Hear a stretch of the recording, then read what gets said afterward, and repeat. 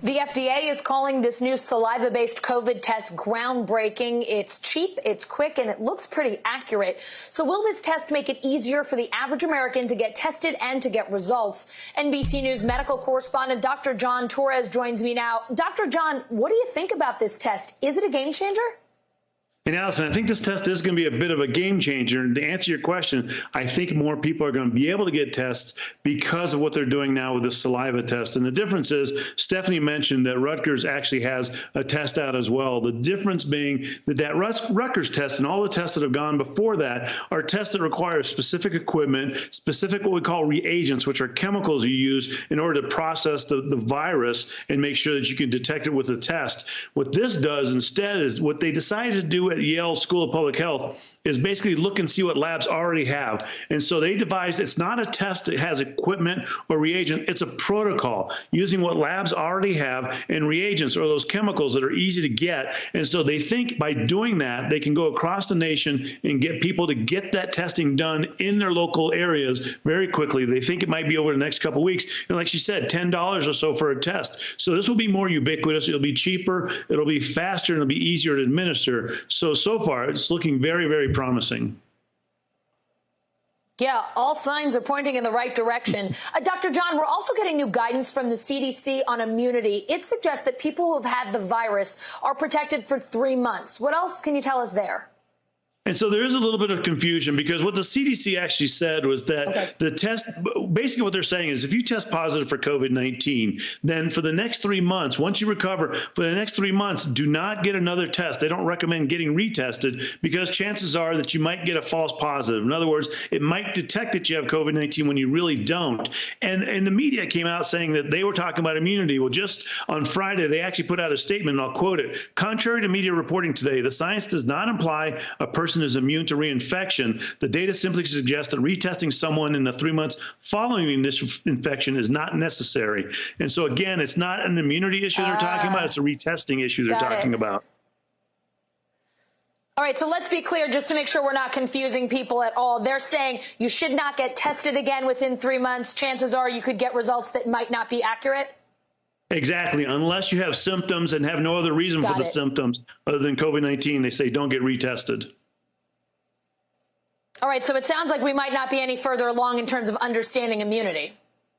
And that's the main thing. We are not any further along in understanding immunity. We know that people develop antibodies. We don't know how long they last. We don't know how many antibodies you actually need to protect you from coronavirus. And that's why we're putting the message out that you and I have talked about. Even if you've had it, even if you have antibodies, you still need to mask up. You still need to social distance. You still need to wash your hands. Allison, you still need to do all those things we all need to do. Yep, those are the important things. Dr. John, we're learning a bit more about symptoms. Researchers at the University of Southern California are releasing a study that shows the order in which COVID symptoms appear. What is the order, and why is that important to know?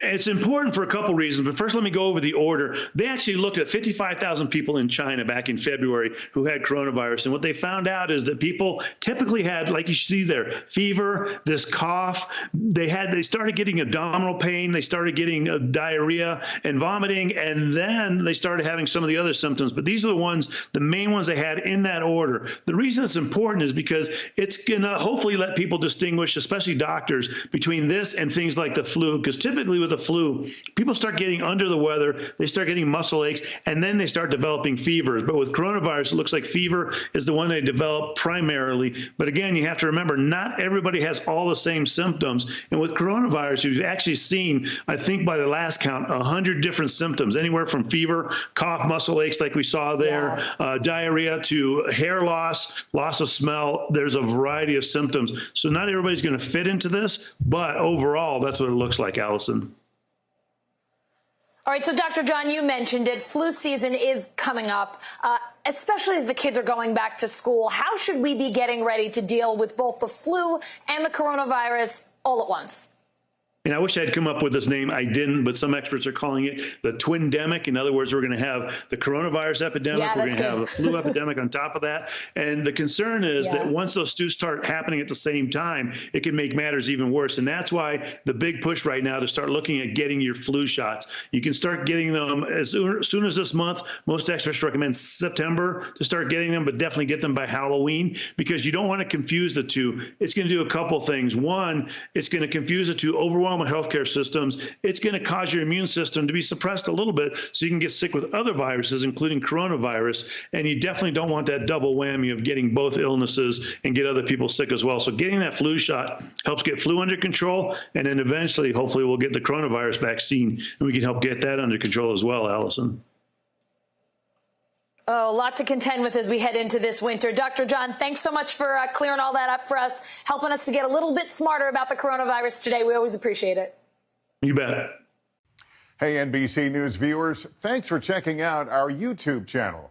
Subscribe by clicking on that button down here and click on any of the videos over here to watch the latest interviews, show highlights, and digital exclusives. Thanks for watching.